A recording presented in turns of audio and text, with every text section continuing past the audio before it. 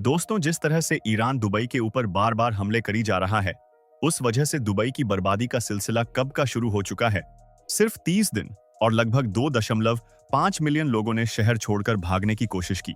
Airport अचानक एक बड़े एस्केप फनल में बदल गए। जो होटल कभी पूरी तरह से भरे रहते थे, वो अब सिर्फ 25% ऑक्यूपेंसी पर आ गए। 80% से ज्यादा उड़ानें या तो कैंसिल कर दी गई या उनका रास्ता बदल दिया गया। और पूरे शहर में शानदार शॉपिंग मॉल से लेकर बड़े आर्टिफिशियल आइलैंड तक एक अनजानी और डरावनी शांति फैलने लगी। दुबई आज इसी दौर से गुजर रहा है। यह सिर्फ एक शहर के पतन की कहानी नहीं है, यह कहानी है उस चीज की जो सब कुछ एक साथ जोड़े रखती है, और वो है इंसान का भरोसा। और जब यह भरोसा टूटने लगता है तो क्या होता है? अगर आप उन चमकदार हेडलाइंस के पीछे का असली सच जानना चाहते हैं कि सतह के नीचे आखिर क्या चल रहा है, तो इस वीडियो को ध्यान से देखिए, क्योंकि जो आप देखने वाले हैं वह सिर्फ दुबई के बारे में नहीं है। यह एक बहुत बड़ा सबक है कि कैसे हमारी सोच और नजरिया बदलते ही आधुनिक सिस्टम कितनी जल्दी बिखर सकते हैं। बुर्ज खलीफा और सुरक्षा का टूटता भ्रम। बुर्ज खलीफा, आसमान को चीरता हुआ स्टील और कांच का 2717 फीट ऊंचा ढांचा। कागजों पर देखें तो कुछ नहीं बदला है। यह आज भी उसी मजबूती से खड़ा है, आज भी दुनिया पर हावी है और आज भी हर किसी का ध्यान अपनी तरफ खींचता है। लेकिन इसके पीछे का मतलब पूरी तरह से बदल चुका है। 28 फरवरी 2026 से पहले यह टावर कंट्रोल, ताकत और प्रकृति पर इंसान की जीत का प्रतीक था। लेकिन उस टर्निंग पॉइंट के बाद यह कुछ और ही बन गया। जब इमरजेंसी इवैक्यूएशन के आदेशों ने सभी 163 फ्लोर्स को बंद करने पर मजबूर कर दिया, जब ऑब्जर्वेशन डेक सस्पेंड कर दिए गए और जब आसमान में इसके ठीक बगल से आग की लकीरें गुजरती दिखीं, तो दुनिया की सबसे ऊंची इमारत अचानक धरती की सबसे सुरक्षित जगह नहीं रही।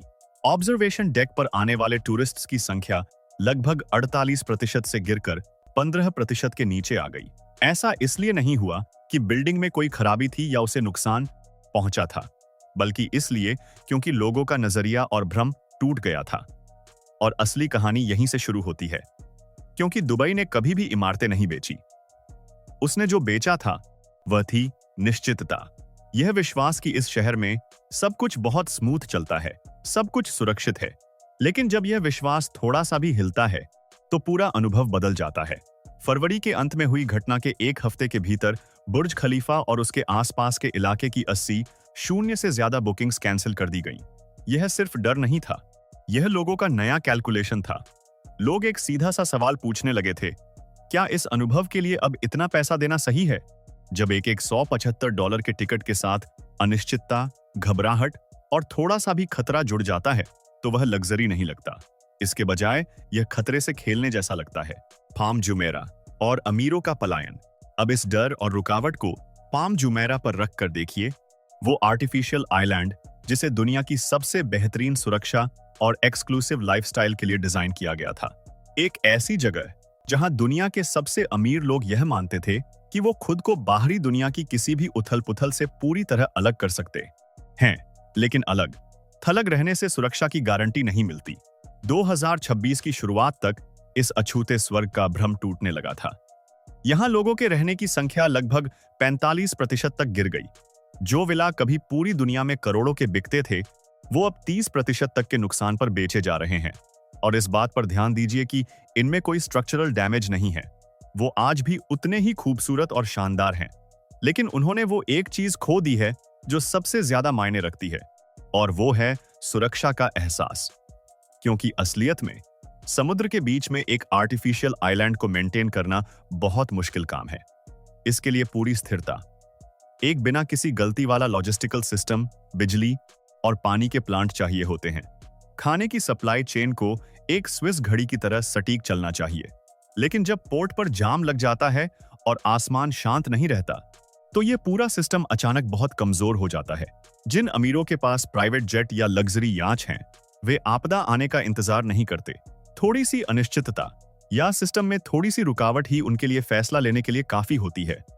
आज अगर आप इन आइलैंड की सड़कों पर चलेंगे, तो आपको हॉलीवुड की किसी पोस्ट अपोकैलिप्टिक फिल्म जैसा नजारा दिखेगा। फेरारी से लेकर लैम्बोर्गिनी जैसी सुपरकार्स अब रेगिस्तान की धूल में सनी हुई लावारिस खड़ी हैं। दुबई मॉल और बदलता हुआ कंज्यूमर बिहेवियर। अब आर्टिफिशियल रेत से निकलकर इस भ्रम के एकदम केंद्र दुबई मॉल में चलते हैं। यह जगह कभी सिर्फ एक शॉपिंग सेंटर नहीं थी, यह खरीदारी का एक बहुत बड़ा मंदिर था, दुनिया का सबसे बिजी रिटेल स्पेस, जिसे सिर्फ इस तरह डिजाइन किया गया था कि आप खालीपन का मतलब ही भूल जाएं। लेकिन अगर आप अब उन रास्तों पर चलेंगे तो वो एक बिल्कुल अलग कहानी बताते हैं। एक ऐसी कहानी जो आप जैसे समझदार लोगों ने शायद पहले ही भांप ली होगी। यहाँ आने वाले लोगों की संख्या बहुत खतरनाक स्तर तक कम हो गई है। जिन शानदार रास्तों पर कभी तेज लाइटें चमकती थीं और जहां औरतें महंगे बैग्स और आदमी रोलेक्स घड़ियां पहने घूमते थे, वहां अब सिर्फ आपके अपने कदमों की आवाज गूंजती है। एक डरावना खालीपन, और इसके पीछे का कारण सिर्फ टूरिस्ट्स का ना आना नहीं है। यह इंसान के बर्ताव में एक ऐसा गहरा बदलाव है जिसकी कोई भी मार्केटिंग कंपनी पहले से भविष्यवाणी नहीं कर सकती थी। जैसे जैसे 2026 की अनिश्चितता फैलने लगी, लोगों के पैसे खर्च करने का तरीका तुरंत बदल गया।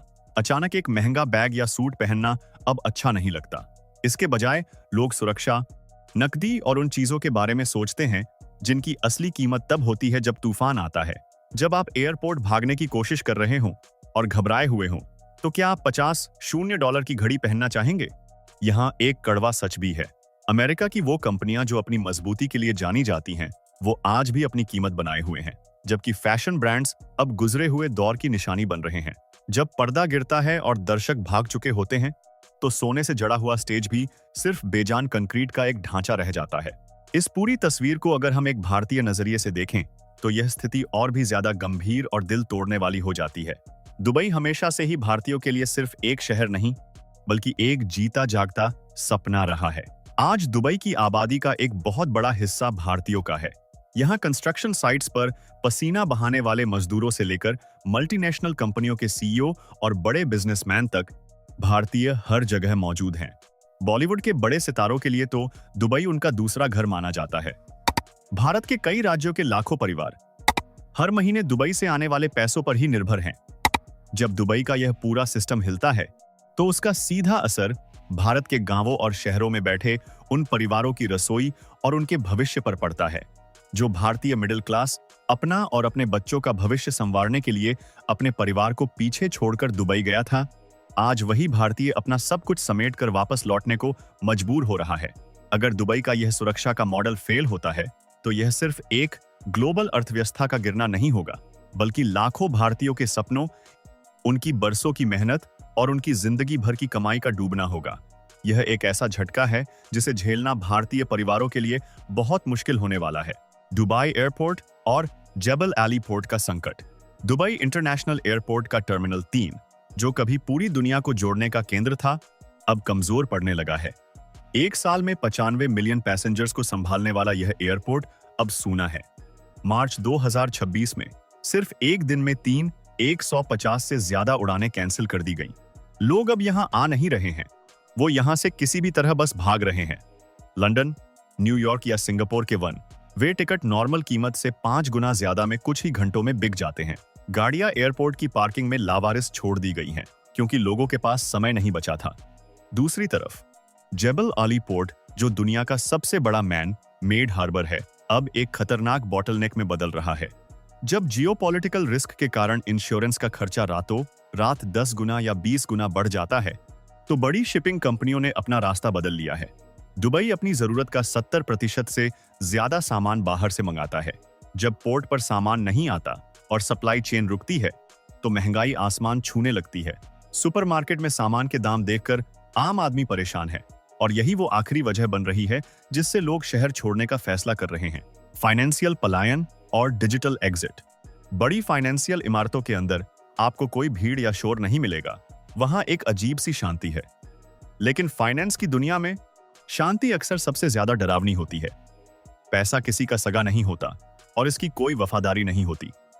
इसे किसी शानदार बिल्डिंग से कोई लगाव नहीं है, यह सिर्फ सुरक्षा चाहता है। जब गल्फ में खतरे की घंटी बजती है, तो गोल्डमैन सैक्स और मॉर्गन स्टैनली जैसे बड़े नाम जरा भी नहीं हिचकिचाते। कुछ ही क्लिक्स में अरबों डॉलर का फंड ज्यूरिख, सिंगापुर या न्यूयॉर्क ट्रांसफर कर दिया जाता है।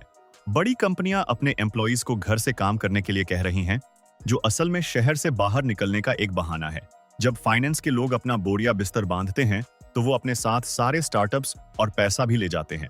शांत फाउंटेन और सूना ग्लोबल विलेज।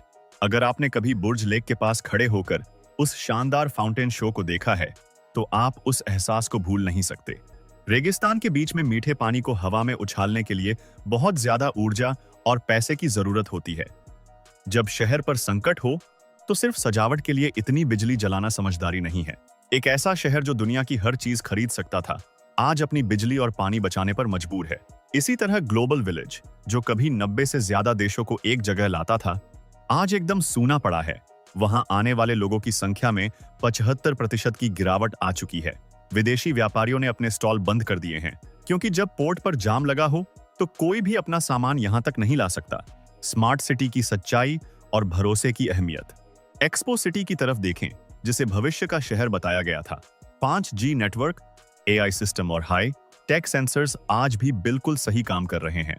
सड़कों की लाइटें आज भी अपने आप चालू हो जाती हैं। लेकिन ये सब इंसानों के बिना एकदम खाली हैं। एक शहर टेक्नोलॉजी के दम पर चल सकता है, लेकिन वह अपने लिए रहने वाले लोग खुद पैदा नहीं कर सकता। एक स्मार्ट कैमरा किसी चोर को तो पकड़ सकता है, लेकिन यह आपको जियोपॉलिटिकल खतरे या मिसाइल से नहीं बचा सकता। जब जान का खतरा हो तो वॉयस कंट्रोल वाले घर का कोई मतलब नहीं रह जाता।